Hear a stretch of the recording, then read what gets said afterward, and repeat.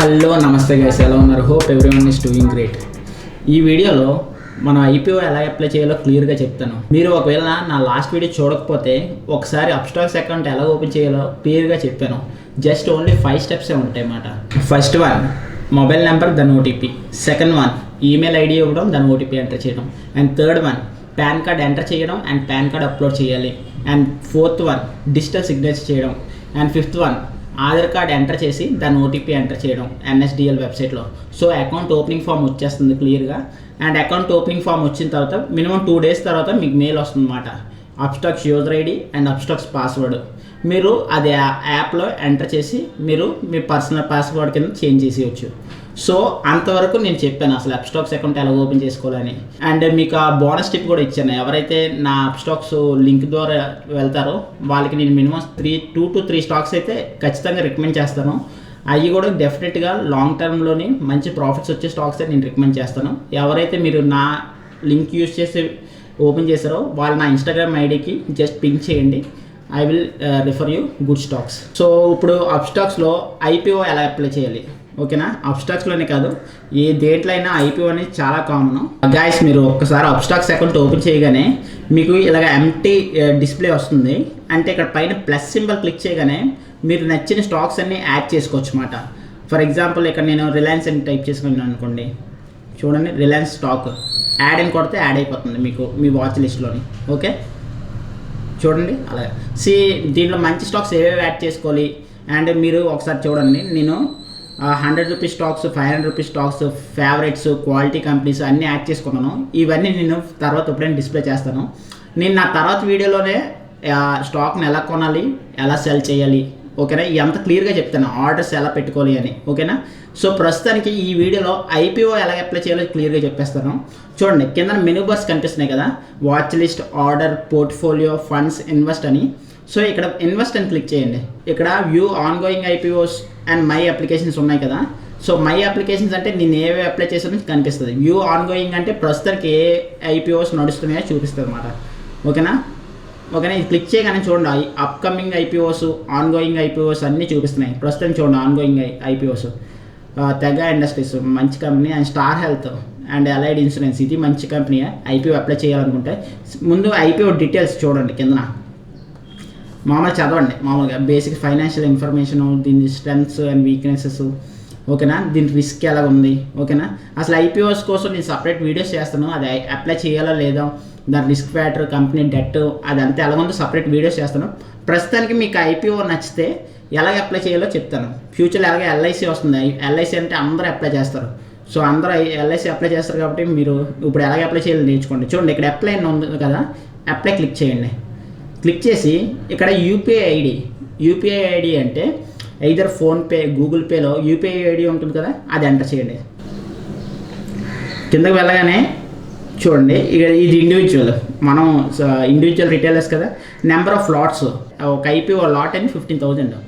ఒకవేళ మీరు for example 5 LADS పెట్టారంటే 5 into 15,000 ఎంత పడుతుంది? 75,000 పే చేయాలన్నమాట. సో నేను ఒక లాట్ పెడుతున్నాను, ఒక లాట్ పెట్టుకుంటాను నేను. సో 33 యూనిట్స్ అంటే చూడండి, 443 రూపీస్ ఇంటూ 33 చేస్తే మీరు 15,000 వచ్చేస్తుంది అన్నమాట. ఓకేనా. ఇక్కడ బిడ్ ప్రైస్ అంటే ఈ 443 and 453 ఉంది కదా, ఈ మధ్య రేంజ్లో పెట్టుకోవాలన్నమాట. ఇక్కడ ఎంతైనా ప్రైస్ పెట్టుకోవచ్చు. నేను దాని బదులు కట్ ఆఫ్ ప్రైస్ అని పెట్టేస్తాను, అంటే మ్యాక్సిమం అమౌంట్ పెట్టేస్తాను అనమాట. అంటే 443 నుండి 453 మధ్యన ఏ ప్రైస్లో అయినా నాకు ఐపీఓ రావాలి అని దాని అర్థం అన్నమాట. ఒకవేళ బిడ్ ప్రైస్ పెట్టామనుకో, నాకు ఆ ప్రైస్కే ఐపీఓ కావాలి అని. చూడండి, ఇక్కడ ఐ హియర్ బై ఈ టిక్ మార్క్ పెట్టాను, కంటిన్యూ అని నొక్కాను. నొక్కగానే confirm and apply I click. ఓకేనా, నేను ఒక లాటే కొంటున్నాను. చూడండి, కన్ఫర్మేషన్ అయిపోయింది. చూడండి పైన ఐపీఓ అప్లికేషన్ ప్లేస్డ్ సక్సెస్ఫుల్లీ మెసేజ్లు వచ్చేస్తాయి, ఈమెయిల్ వచ్చేస్తాయి, అన్నీ వచ్చేస్తాయి. ఇంకా ఇప్పుడు ఏం చేయాలంటే పేమెంట్ చేయాలి. పేమెంట్ నేను ఏది ఇచ్చానంటే ఫోన్పే ఇచ్చాను. ఇప్పుడు నేను చూడండి, ఫోన్పేలో ఓపెన్ చేయగానే నా పేమెంట్ పాపప్ అవుతుంది. ఫోన్పేలో అయితే ఇలా పే చేసుకోవచ్చు. అలానే గూగుల్ పేలో అయితే గూగుల్ పే యూపీఐ ఐడి ఇచ్చిన గూగుల్ పేలో కూడా మీరు పే చేసుకోవచ్చు అన్నమాట. చూడండి, నేను చూపిస్తాను మీకు.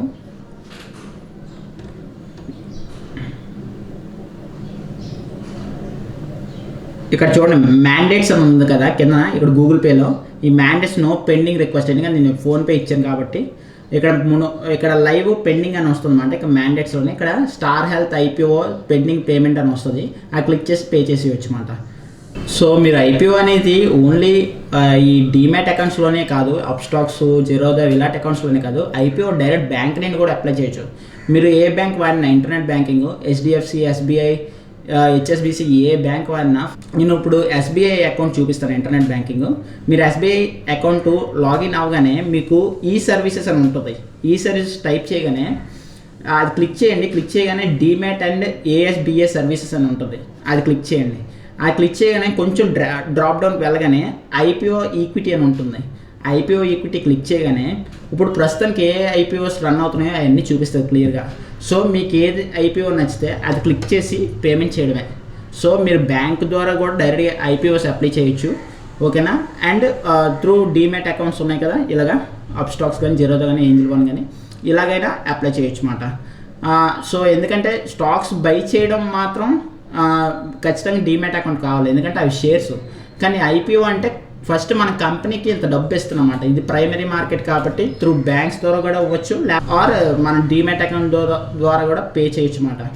సో గైస్, మీరు ఇప్పుడు IPO ఎలా అప్లై చేయాలో చెప్పాను, కానీ IPO అసలు డీటెయిల్స్, అసలు స్టార్ట్ డేట్ ఏంటి, ఎండ్ డేట్ ఏంటి చెప్పలేదు కదా. మీరు జస్ట్ ఒకసారి మళ్ళీ అప్స్టాక్స్ ఒకసారి ఓపెన్ చేయండి, అప్స్టాక్స్లో చూపిస్తాను.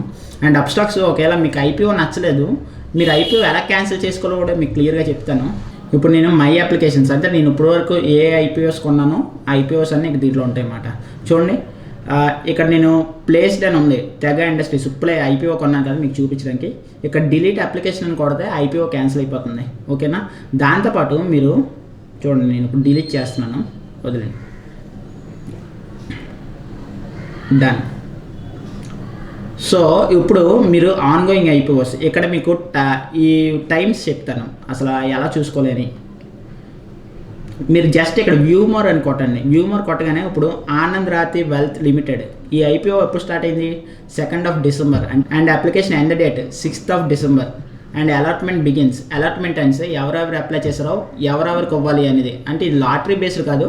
ఇప్పుడు 100 మంది అప్లై చేస్తే వాళ్ళకి 10 మంది దగ్గరే ఫండ్స్ సరిపోతాయి, అంటే 10 మంది దగ్గర ఫండ్స్ తీసుకొని మిగతా 90 మందికి ఇవ్వరు, 10 మందికి అలాట్మెంట్ ఇస్తారన్నమాట. అంటే అన్ని షేర్లు ఇస్తారన్నమాట. ఇప్పుడు 530 ప్రైస్ ఉంది కదా, ఇక్కడ 27 షేర్ క్వాంటిటీ ఉంది కదా, 27 షేర్స్ ఇస్తారన్నమాట ఆ 15,000కి. అంటే ఎక్కువ లాట్స్ అప్లై చేసుకున్నా మనకి ఏదో ఒకటో రెండో తగులుతాయి, మిగతా డబ్బులన్నీ వితిన్ 1 డేలో మీకు బ్యాంక్ రిటర్న్ అయిపోతుంది అన్నమాట. And refund initiation, and next రోజే రీఫండ్ వచ్చేస్తుంది. అయితే అంటే ఎవరెవరికైతే IPO తగలలేదో వాళ్ళందరికీ రీఫండ్ వచ్చేస్తుంది. అండ్ అలాట్మెంట్ డేట్ అంటే షేర్ మార్కెట్లో ఎప్పుడు వస్తుంది, మన స్టాక్ మార్కెట్లోని BSE NSE వెబ్సైట్లకి ఎప్పుడు ఉంటుందంటే 13th. ఆ 13th నుండి వాళ్ళు నెక్స్ట్ రోజు నుండి లిస్టింగ్ చేస్తారన్నమాట. ఫర్ ఎగ్జాంపుల్ నేను ఇప్పుడు వాచ్ లిస్ట్లో ఇప్పుడు రిలయన్స్ ఉంది కదా, రిలయన్స్ చార్ట్ చూడండి, ఇలా ఉంది కదా, ఇలాగా మీకు ఎప్పటి నుంచి స్టార్ట్ అవుతుంది ఆ రోజు చూపించారు కదా, 14th December నుండి. అప్పటి నుండి ఆ చార్ట్ అనేది పైకి బయింగ్ సెల్లింగ్ బట్టి సెకండరీ మార్కెట్కి వచ్చేస్తుంది అన్నమాట IPO అనేది. అంటే ఎవరికైతే అలాట్మెంట్ ఉందో, ఇప్పుడు నాకు తగిలింది IPO, నేను అమ్మేస్తాను సెకండరీ మార్కెట్లో, మీరు కొనుక్కుంటారు ఒకవేళ మీకు IPO తగలిపోతే. సో ఆ కంపెనీ మీద నమ్మకం ఉంటే మీరు లాంగ్ టర్మ్లో హోల్డ్ చేస్తారన్నమాట. సో లాంగ్ టర్మ్లో హోల్డ్ చేయాలా లేదా అనేది నేను క్లియర్గా చెప్తాను ఫ్యూచర్ వీడియోస్లో, ఏ IPO ఎంత బాగుందో లేదా అనేది.